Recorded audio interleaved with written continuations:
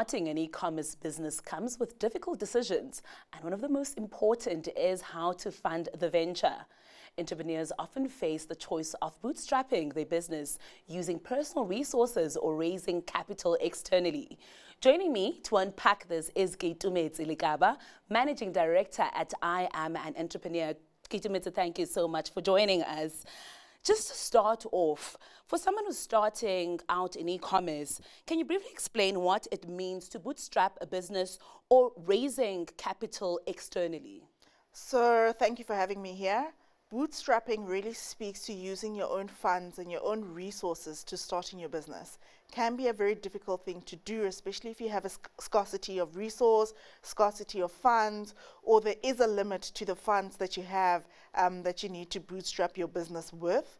As opposed to raising capital, there's various ways for entrepreneurs to raise capital in the industry to start their businesses, whether you are raising through grant funding available in the market, raising through loans available in the market, or raising through what we call share capital, which means you are taking equity, someone's taking equity in your business, so you can choose to do that. And you know what they say, bootstrapping, you're probably running a marathon in flip-flops because it can be very difficult.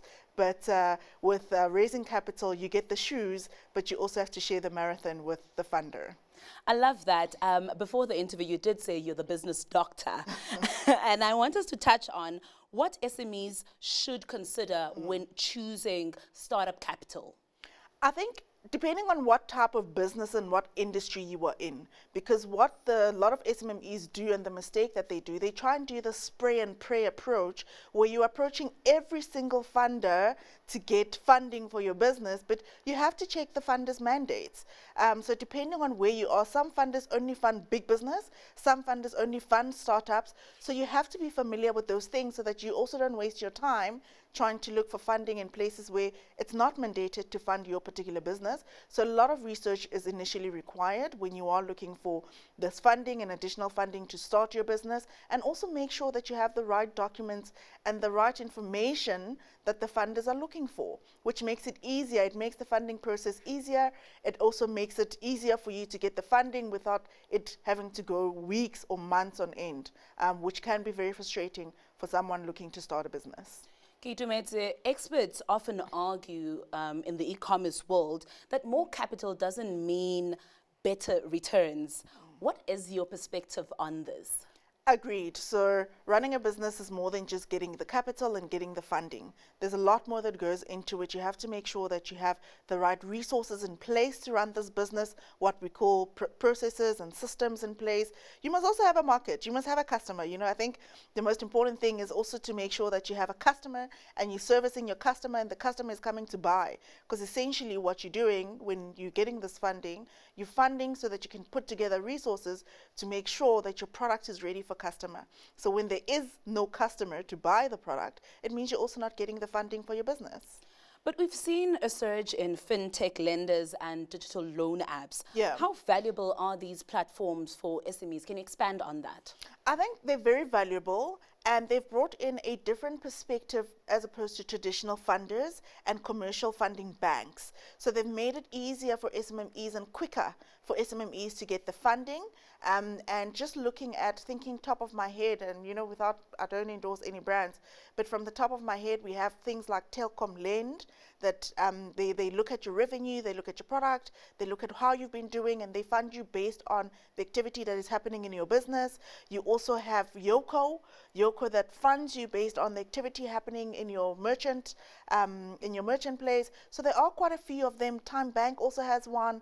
So there's quite a lot of them in the market right now where you can get funding quickly. Even Vodacom has one, MTN has one. So you can get funding quickly, you can get funding based on activity, and they can tailor make your funding and your repayment back.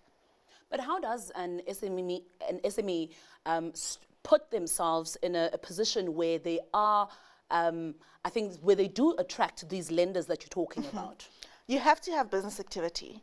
It goes back to that exchange between you and your customer, where there must be business activity that is happening.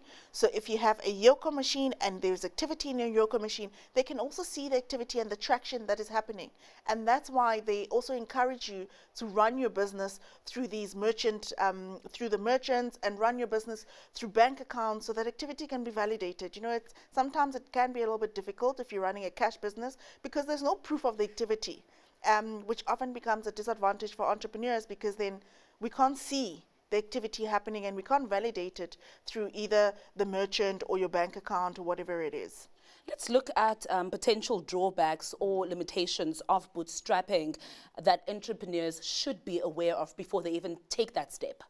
Of course, bootstrapping, the main disadvantage with bootstrapping is that it's your money.